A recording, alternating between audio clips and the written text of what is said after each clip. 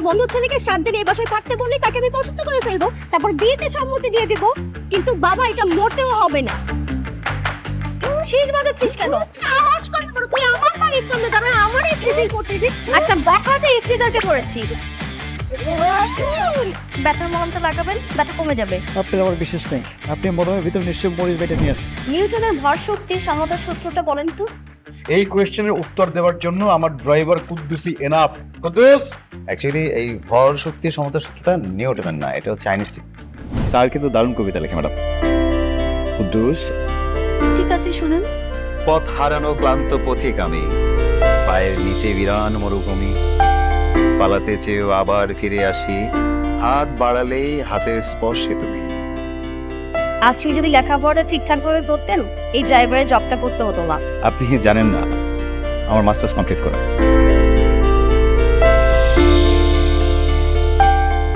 কত সাহেব, আপনি ভালো মানুষ।